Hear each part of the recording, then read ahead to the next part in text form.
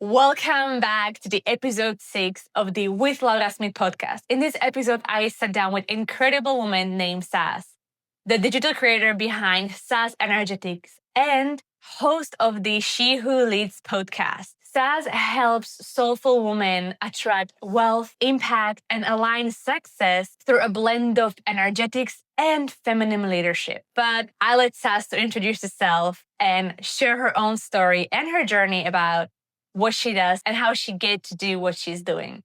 So please don't forget to subscribe and welcome to my channel. And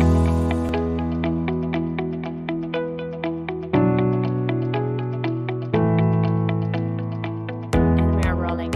Awesome. Hi, Saz. Thank you so much for coming to this podcast. I am very excited to have you here and I'm looking forward to hear everything you got to share with us. So thank you so much for coming. Thank you so much for inviting me. I'm so excited to be here.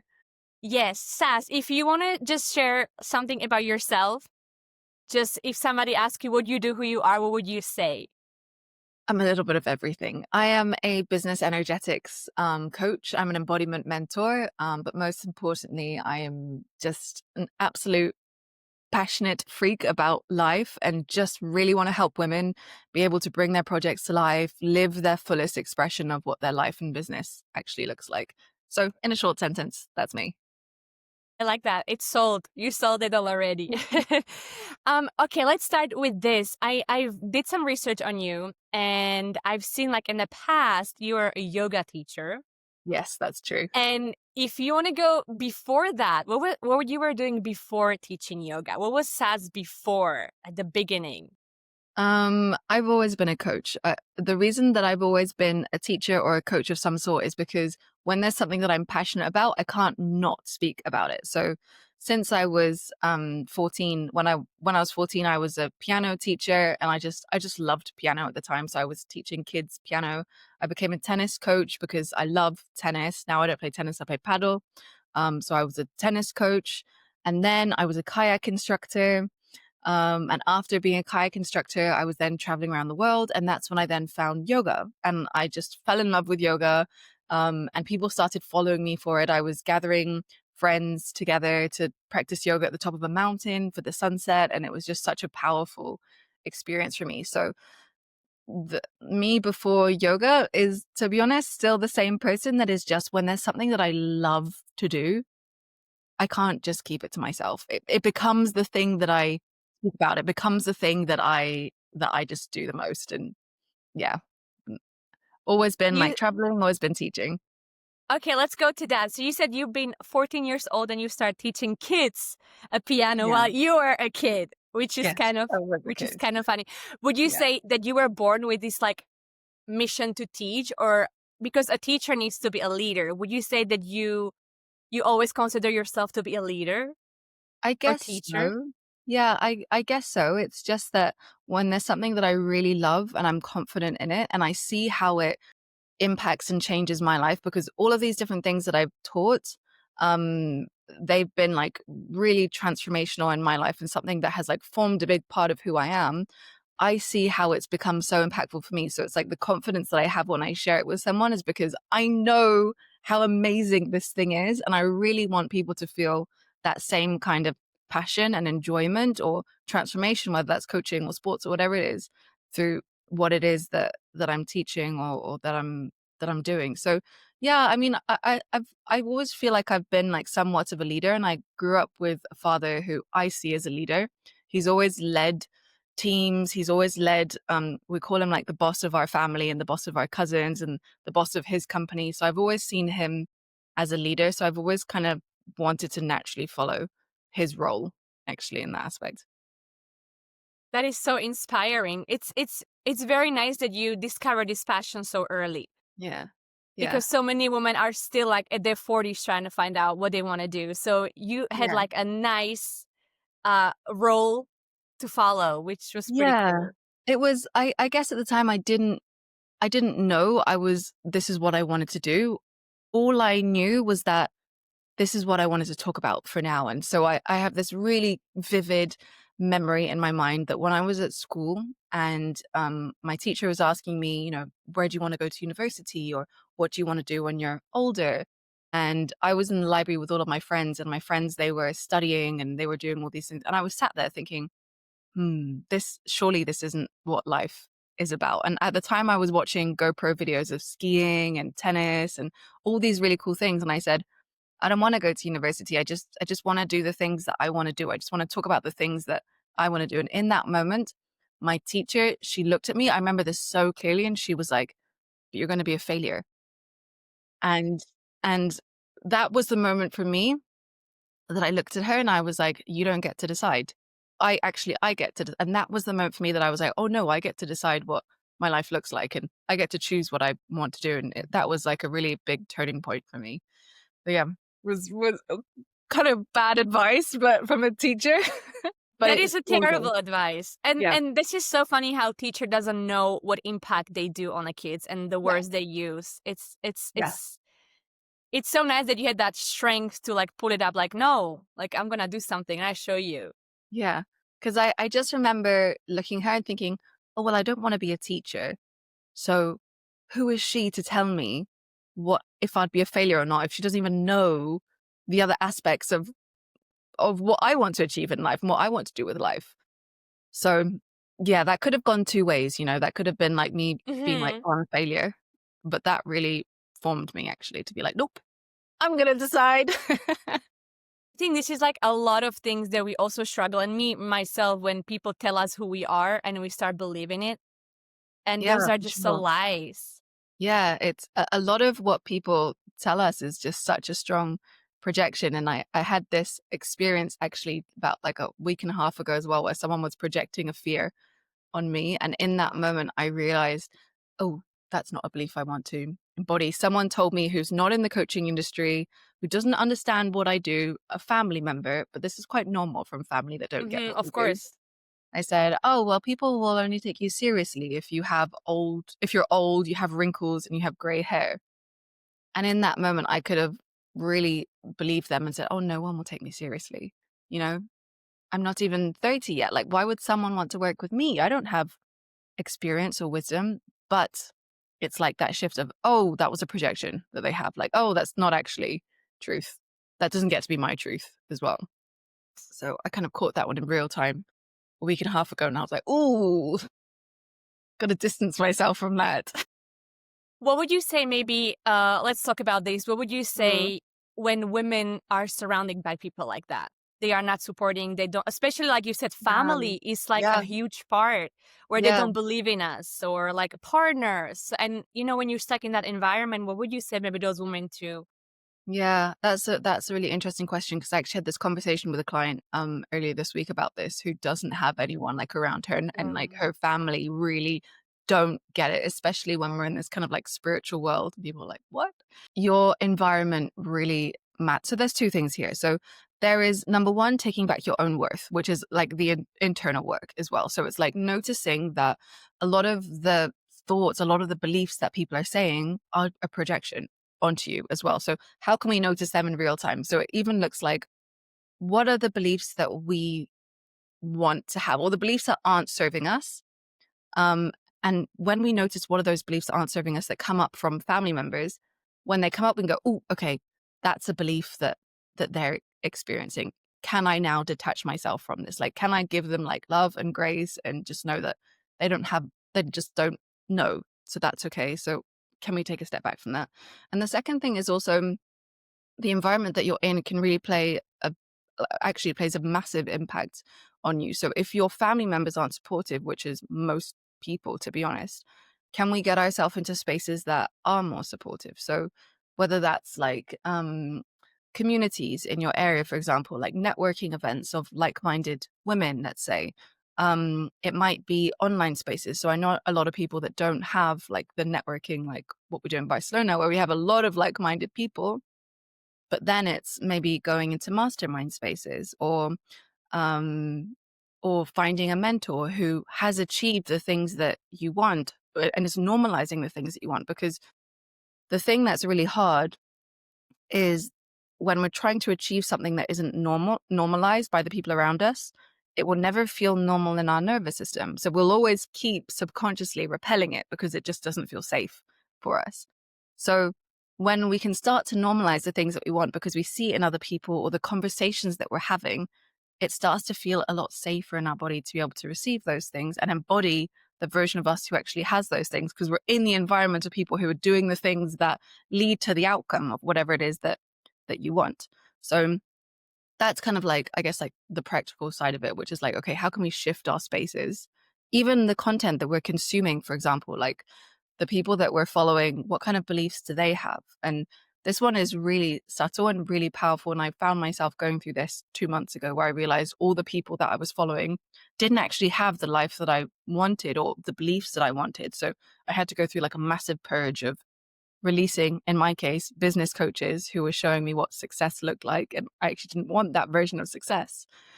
And then being able to clear that space of, okay, what beliefs do I want to now start to embody? And when people aren't reflecting that back into me, family, for example, which is a huge one, okay, now I can recognize that that's not the belief that I want. And I'm just going to detach from that and instill my own new beliefs through practice. It's not something that we just kind of like, oh, here's a new belief, It's the constant awareness of a belief that comes up that triggers us. Okay, how do we now move through this? How do we regulate our nervous system through this? So, And this is obviously what you teach now. yeah, it's a lot of what I teach now, like the energetics of business. Yeah. So let's go into this. This was beautiful what you shared. I Mm. think that's gonna help a lot of people, what you just shared, how to escape that negativity and limiting beliefs and limiting environments. So you said you've been traveling a lot. You built a businesses based like Yeah. in Dubai, I think, yoga. Yeah. So I first started my first yoga business in Prague, actually. I was living in Prague for about 3.5, 4 years, and I built one of the biggest yoga communities in Prague, which just happened so seamlessly. And then I moved to Dubai, and I did the same thing again, and it was just so seamless. It just naturally happened. And my sessions, I was teaching on a weekly basis, and I was having about 150 people practicing with me every single week. It was amazing. And I was selling out retreats, and I sold out my one-on-one spaces and my offers. And um yeah, so I was traveling, and then after that I moved to Japan, and I was teaching yoga again still. So I really kind of moved a lot with my yoga business. It gave me like a lot of flexibility, a lot of freedom, and I mean a lot of fulfillment as well. And it just grew so seamlessly. And I truly believe it's because I had no idea what I was doing in terms of content. I had no idea what I was doing in terms of strategy or offers, but it just came from so much confidence and so much love and joy. And how can I not talk about this thing? But Mm. it just grew like that. And every other business that I have grew like that. And I just wanted to ask you about that. Do you think it was like a lack, or just because what was the secret? Like wherever you moved, you could create something huge and make an impact. Especially Um, especially in different countries, especially I don't think you speak Czech. no. So especially in a country that you don't No. even speak the language.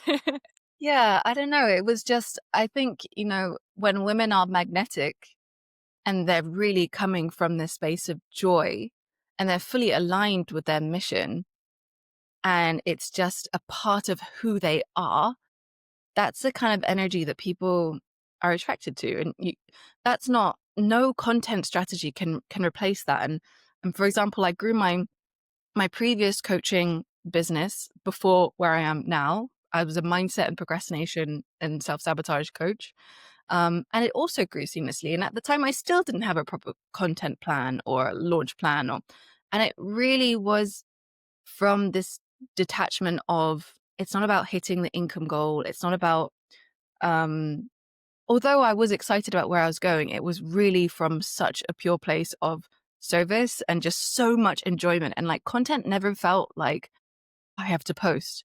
It was always like, oh, there's this thing I want to talk about. Like, I'm just going to say it. And I didn't overthink of how I should say it or why I should say it or what kind of content post I should do. It just came through me from so much excitement and just sheer love of the work that I'm teaching and sharing. And that's been something constantly within me since I was 14, like always just wanting to teach and share. And people can pick up on that energy a lot more than like the perfect kind of plan. it's the confidence that people buy into. Every time when someone buys into you, it's not because of your service, but it's because of who you are and like the confidence that you have in the work that you teach or share, for example. Yeah. Can I ask you, this is going to be hard and maybe sometimes I even struggle with this. Yeah. Well, how do you align with that? How do you bring that energy? Let's say you have a dream to become someone or to be someone, and you want to do it, you start doing it, but you are not fully aligned with it because it's new and you don't even know how to feel that maybe. Yeah. So how do you like, how that woman like shine that confidence, shine that alignment that attracts these people? Yeah. Ooh, I like this question. This is kind of like what I'm teaching at the moment and like Okay. what I'm creating some things around. So that's something that we all go through. So when I say like I have this sheer passion, it's not something that I wake up with every day and I'm like, wow. It's something that I kind of intentionally plug into. Mhm. So the first thing that I think about is, okay, who do I actually want to be? Like, what is my mission here on earth? I don't just want a cute yoga thing, or like I want to share to hundreds of people. Like I want whatever it is that we want. Okay, so the version of us who has those things, who has the sold out offer, who has the business, who has the sold out retreat, whatever it is, how does she move? How does she believe? What does she think? What does her reality look like? And the idea is basically we need to close the gap between who we are today and who that person is, because getting those things isn't necessarily about doing the work for those things, but it's about who we need to become. And when we become that person, all those other things become a byproduct of how we think, how we act, the standards that we hold upon ourselves, for example, the beliefs that we have, the boundaries that we have. And that all comes because of who we are, not because of our to-do list, for example. So what I love to do, and like this is a non-negotiable for me, is every single morning is I call this a frequency activation, which is basically a recording as if I am my future self, actually. So it's a recording where I'm telling myself what it looks like now that I have a sold out offer, or like how the world is now being impacted because of my work. And it's quite Mm. personal for everybody, but it always comes back into like, why are we doing this? And how can we like get into that feeling? And that's actually a choice that we have to take. So when we are like feeling lower and sluggish, for example, so I love to put on a frequency activation. I listen to them every morning when I'm walking my dog. And I stand at the top of the hill and I literally open my arms like while I'm listening to it. And I'm like, where, but there's a version of me before it where I'm like, today is a new day. And then a version of me after where I'm like, whoa, let's go. It's like it completely shifts my energy. And I feel the difference when I don't do it. Everything becomes like a to-do list versus when I do it, I'm like, it just kind of flows and ideas kind of come. So it's a Mm. choosing of like, who is this version of Saz?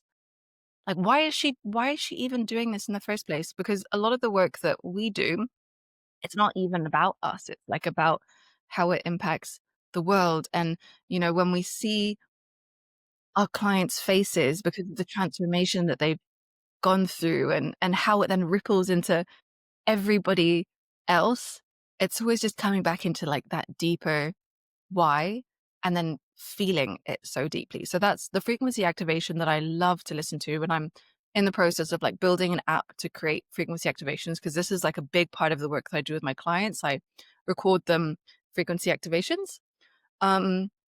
And then the second aspect is it's very similar, but it's called like an identity activation script. So Mhm. basically the same, but it's like a script of firstly like deep gratitude of what I already have in my life.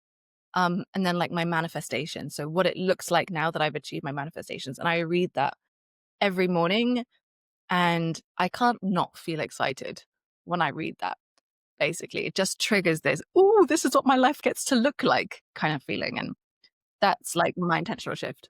So you always trying to be that version of you that wants to achieve everything. But sometimes, and it's so tiring to keep that high state. Yeah. You Okay. know, like sometimes it's even for me happens so many times where I am like doing this and I'm happy but then I'm like I get so tired Yeah. Okay. sometimes. I love that. I love that question because I think that we think the future version of ourselves is like a hyped up version of us. Yes, yes. Yeah. Yeah. Okay. So this is where, if we get really honest with us, it's not necessarily about being the hyper version of us, but let's say, for example, the future version of us, she needs to rest. Like that future version of us, she lives in phases as well. Like she's also a cyclical being where she has 4 phases and she goes all in one phase, and like another phase she rests and retreats. So let's say, for example, in this case, it might be, okay, well, the future version of me who has X, or Saz in 2 years or whatever it is, how does she move through this?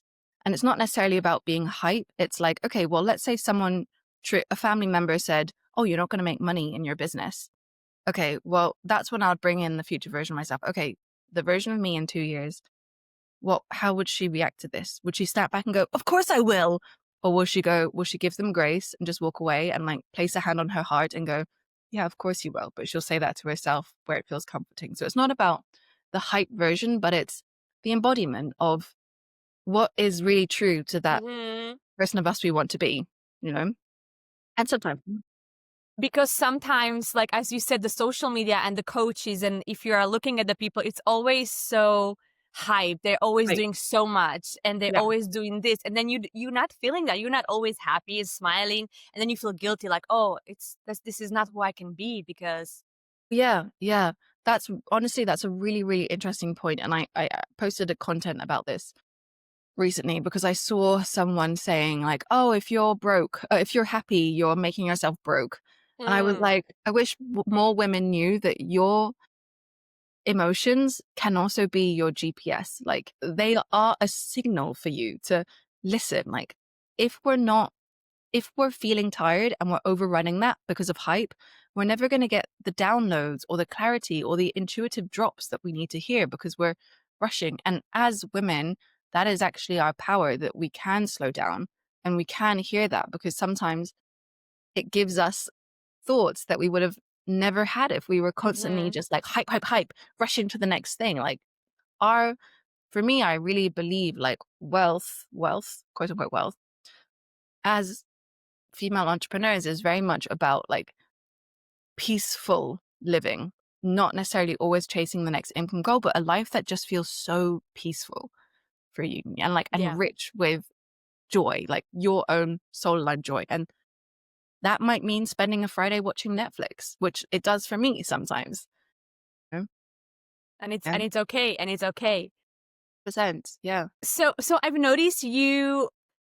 Let's talk about your changes, because I've seen you open up your new Instagram that calls Saz.energetics, right? Yes. And that is kind of new because before you were doing something else. Yeah. So why is that transition? What happened?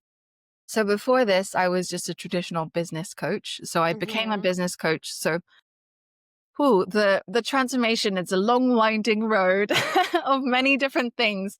I became a business coach after having a lot of yoga teachers and coaches and healers and just very intuitive women coming to me, asking me how I built my business.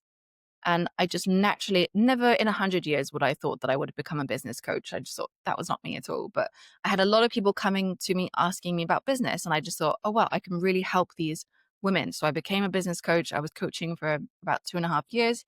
And it became really, really clear to me that my clients that were really building their business, that were like getting opportunities seamlessly, like out of thin air somehow, and just really growing their business from a way that was just so soul aligned and joyful, never came from the content strategy or from the offer or from the plan or from, whatever it is. It was so clear for me that the women that were able to grow their business were the ones that really prioritized the energetics, who they are, the standards that they hold themselves to, like calibrating into this future version of themselves, like how they navigate hard moments, for example. And so I really felt that it was of disservice for me to continue calling myself a business coach, just a pure business coach, and a lot of people coming to me for content when firstly, content was not the thing that lights me up. It's the energetics behind content, because I'm not here to teach someone how to go viral. I need someone to teach me how to do that. But the point is that I know what makes your content magnetic because of who you are, not because of the strategy that you use, and what makes your offers sell out, again, because of who you are and the energetics you have behind how you sell them. And that for me is really exciting. And that's the thing that most intuitive female entrepreneurs, creatives need, not the strategy. It's the beliefs underneath that, the identity that they keep themselves stuck at, the labels that they hold themselves to, the way that they navigate their day to day, for example. So that's why I made the shift. It's so cool because so many of us get stuck in that loop of we need to have a big followers, we need to create Yeah. our social media, and then because Yeah. we think that's going to bring our clients, but you are a beautiful example of like you don't have to have a big following. You Yeah. can create your business with your energy. So you're Yeah. the right person to teach it. I like that. Thank you so much. It's actually really interesting that you say that, because I just started my new account and I haven't sold. I mean, I started it probably about a month and a half ago now, and I haven't sold anything on there. In the last week, I've only just started speaking about previous clients. So a lot of people that followed me on there didn't even know that I was coaching beforehand. I tried to make it really clear that I wasn't selling and I just wanted to grow it and just test and see how that went. And since then, I've had 5 clients signed for next year. I said to myself, I'm not ready to like fully sign clients, but I ended up signing clients without even selling or without even telling them about offers that I have, and with less than 200 followers, which, you're right. We think that we need more followers, but that's actually not the case at all. And I wanted to test that and see.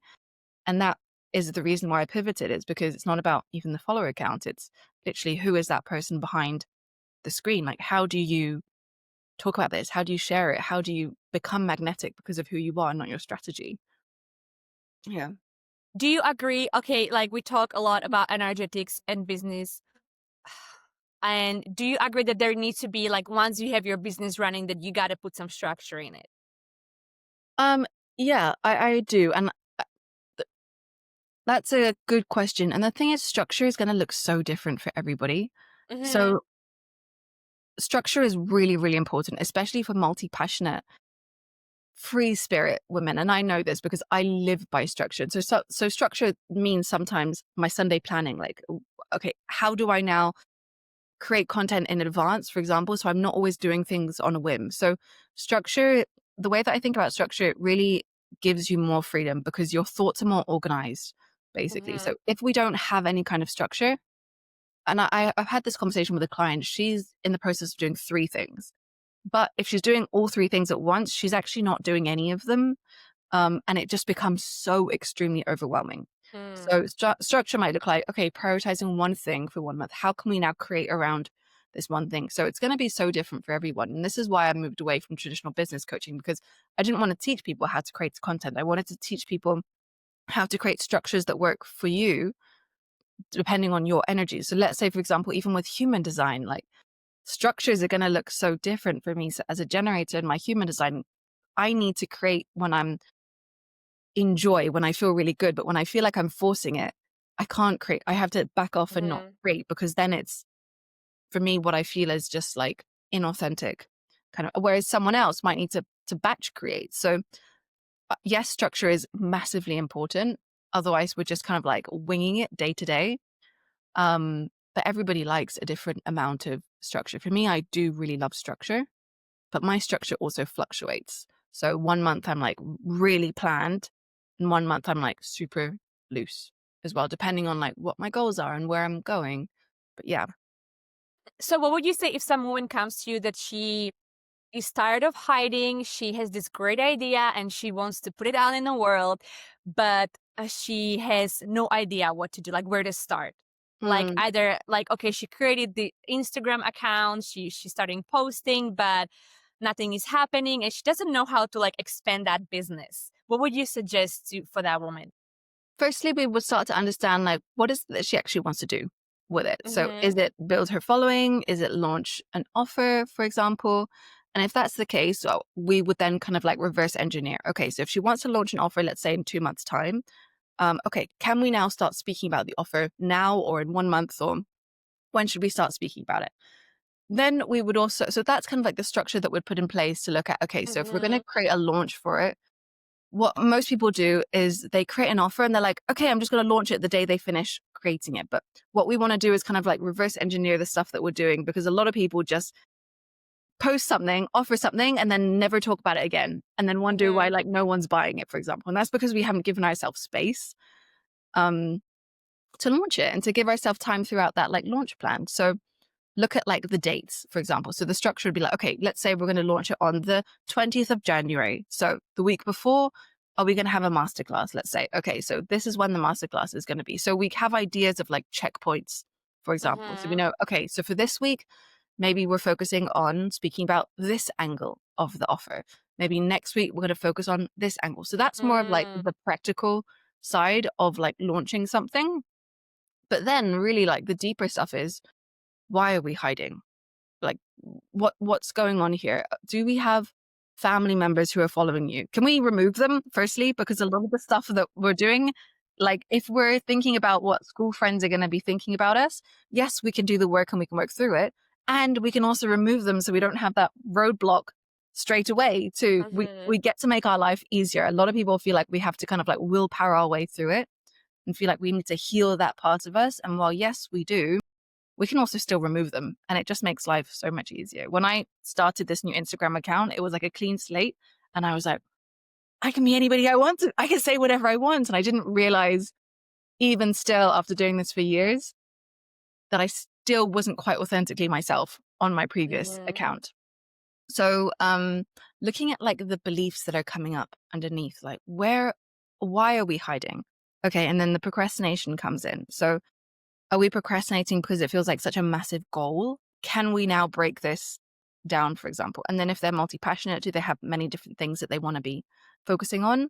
Content is a massive block for people. So how can we create content in a way that is like, not how should we create content, but what would feel fun, like to when we create content? Like what would actually feel joyful for you? What would be the easiest step into content for them? So there might be carousels, or there might be like turning their phone around so they don't see themselves on the camera and just like speaking about whatever it is that they want to speak about. But a lot of what I would do is like bridging that gap between who they are offline and into who they are online. So it doesn't feel like they come online and it's like performative. It's like, this is who they get to be because they're able to be fully themselves. They're able to take up more space as well. So that's kind of like a lot of the energetics behind it. Like the version of you who, let's say, is authentic online, what beliefs does she have? And now how can we start to install these beliefs within us too? So yeah. What do you think, like, what are the challenges that women face? The biggest challenges, like in creating the business, or like what is the biggest that you notice that women are holding back or stopping themselves from expressing themselves? Oh, I'm not good enough. Why would someone pay me? Why would someone pay me? I don't know enough. I need to do another course so that I can do this. Oh my gosh, I hear it all the time. Oh, maybe when I have that course, then they'll pay me more. Or, you know, that expert who has 100,000 followers, they would choose them over me instead. And because you also have a small following, maybe I'm not expert enough. So actually going online and claiming your thoughts and claiming your beliefs. And even if people come online and go, that's not true, you can still go, cool, that's your belief. But this is what I think. I think the problem with a lot of women is that when they have a strong belief and when we're in calls, they tell me about it. And I'm like, I feel that passion. I feel that rage that they're telling me. And then they go to post it online and it's like super cute, super like unoffensive, you know, like nobody's going to bat an eyelid. Everybody is going to agree with what you said. And if everybody's agreeing, you're not a thought leader because they're not clear thoughts. In order for someone to really see as an expert, we need to have our own thoughts, like our own thoughts that people can feel through the screen. But if we just say, for example, you need to do breath work, people are like, that's nice. But if we like really say why we believe that you should, and, you know, with our whole heart, people will disagree.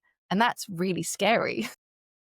And that is like the fear of rejection that a lot of people have online, like the fear of visibility. Yeah. Yeah. So this is what you teach right now in your courses. So you can share something about that. I'm gonna link everything in the description. Maybe even your activation meditation. I thought maybe you can give me a sneak into that. So what is the vision for your Saz Energetic? What would you like, and Or maybe even share like with what type of women you like to work. So the women that I work with are really, they're coaches, yoga teachers, healers. They're women with a message that they want to positively impact the world. They're creatives, they're multi-passionate women, but more so they've been through a transformation. They've been through their own kind of healing. They've been through their own kind of lessons, and they can't not speak about it as well. They want to share the things that is on their heart. They want to help other people. And this idea of business feels like a lot, actually. Like there's like the version of them who is a coach or a guide or a yoga teacher or an artist. And then there's like this business version of them. And for me, I really want to bridge these two people together because we think that they're such different positions, I guess. But when you can like merge them together and be like authentically yourself in business online, I truly believe that that's when you'll have a magnetic business that will grow because of who you are, not because of who you're trying to be, for example. So those are the kinds of women that I work with. It's people, visionary women that really want to make an impact, that have a big vision, that don't want to settle for just average. They have something that is on their heart that is important for them to say. And they don't want to be drained by social media, obviously. Yeah, they don't want to do things in a way that they feel that they should. They don't want to wake up and just build a business that earns them a lot of money in a way that they feel like they're hustling. There is a level of aligned effort that is obviously required when it comes to creating our business, that we have to put in a lot of effort, but in a way that is like truly aligned with where we're going and who we are. And it's for women that want to feel like social media gets to be fun and playful and explorative. Yeah. But when did you like discover like energy is very important in business and in general in life and your nervous system?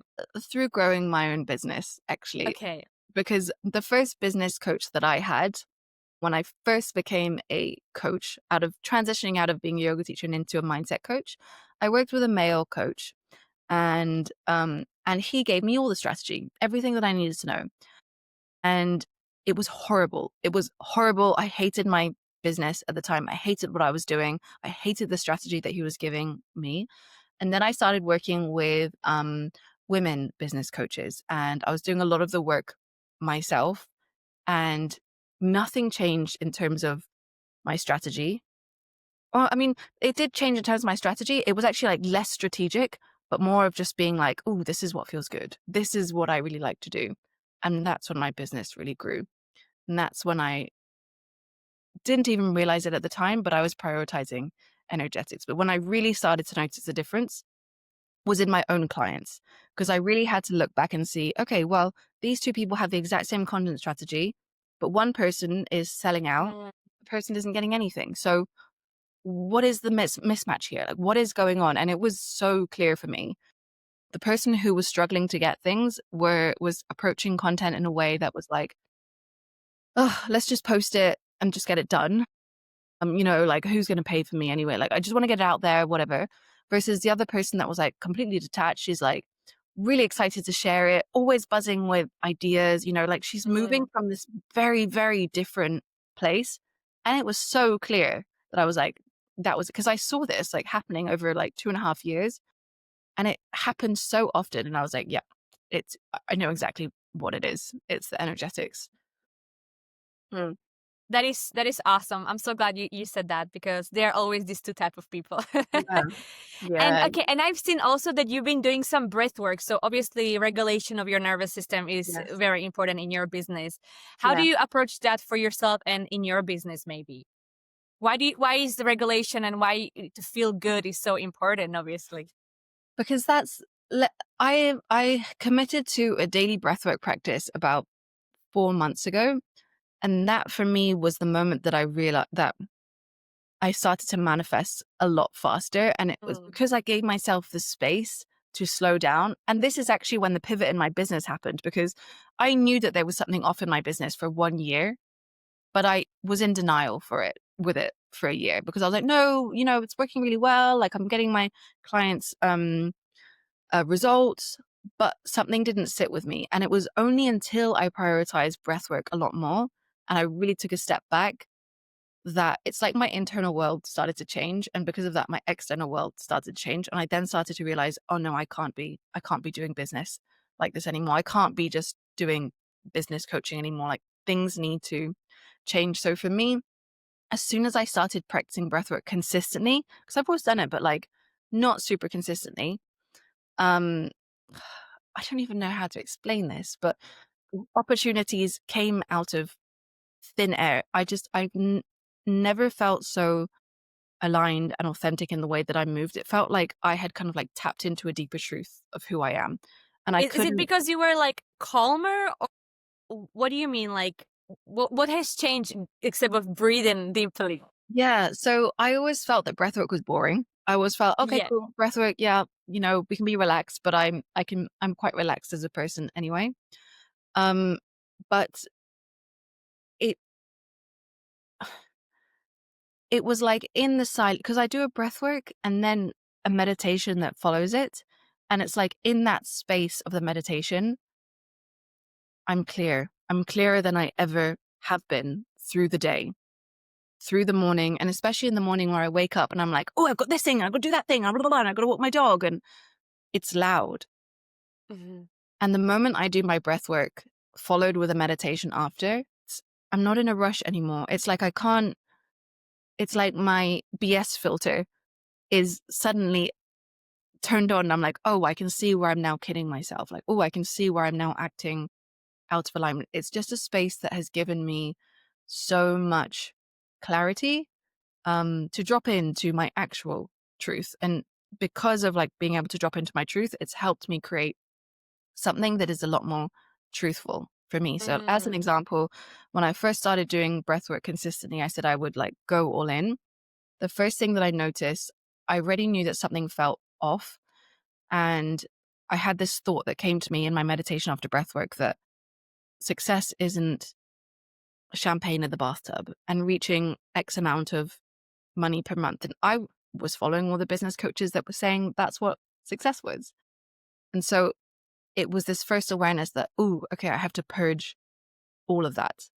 So that gave me space. And then as I consistently did my breath work, it's like new things kept coming to the surface of my actual truth. And I don't think I would have realized those. I don't think I even would have made the shift into business energetics if I didn't tap into that deeper knowing and give myself the space to hear that deeper knowing even. So that's how it's been really, really powerful for me. It's like it's helped me hear my intuition louder. To connect to yourself. Yeah. Yeah. Now I want to take a deep breath. Okay, Shaz, we are kind of with the time, but I want to Mhm. ask you a couple more things. If you want to Yeah. invite people to like work with you, where they can find you, I'm going to link everything in the description. But if you have exciting courses and stuff Mhm. like that, and also the activation meditation, if we can Yeah. find it, where and stuff. Amazing. So I currently don't have any more courses that I'm working on until next year. All of my stuff is full, which I'm really excited about. My one-on-ones are full until mid-January. So I then have spaces that people can work with me on a one-on-one basis from mid-January. And it's a 3-month container where we basically look at like the strategy and energetics of someone's business. So we really look at, okay, how can we create something that's personalized for your business? Because I believe the energy plays a big part in how you operate in your business, as we've spoken about. I'm currently in the process of, this is really exciting, of building an app for frequency activation. So it's something that you listen to when you wake up in the morning, when you're feeling slumpy in the middle of the day. It's something that like shifts your whole energy to literally become this future version of you and feel as if, act as if, believe as if you are this person. So it's a work in progress at the moment and I'm still in testing phase. It's called Le Freak for frequency. And I have so many ideas about it. I'm really excited. But otherwise, I'm actually posting them on my She Who Leads podcast because I'm doing my podcast, which I've launched as of a month or so ago. And I'm doing a frequency activation every single week as well. So I'm just sharing them on my podcast for now until the app is created, which will be like a few months still. So that's the best way that you can come into my world. Thank you so much for sharing. I'm gonna try to link everything.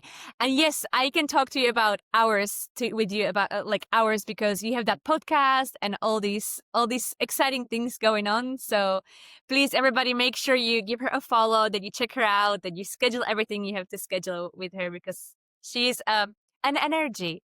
So yes, Saz, thank you so much. I Thank you hope so you much. enjoyed our chat, and I hope maybe we can come back again and we can chit chat Of more. course. And because there's like a lot of topics I would like to share Right. and ask you about. Definitely sabotage, yeah, and stuff like that women goes through in their businesses. So it will be cool Yeah. to have you back. Amazing. Thank you so much for having me.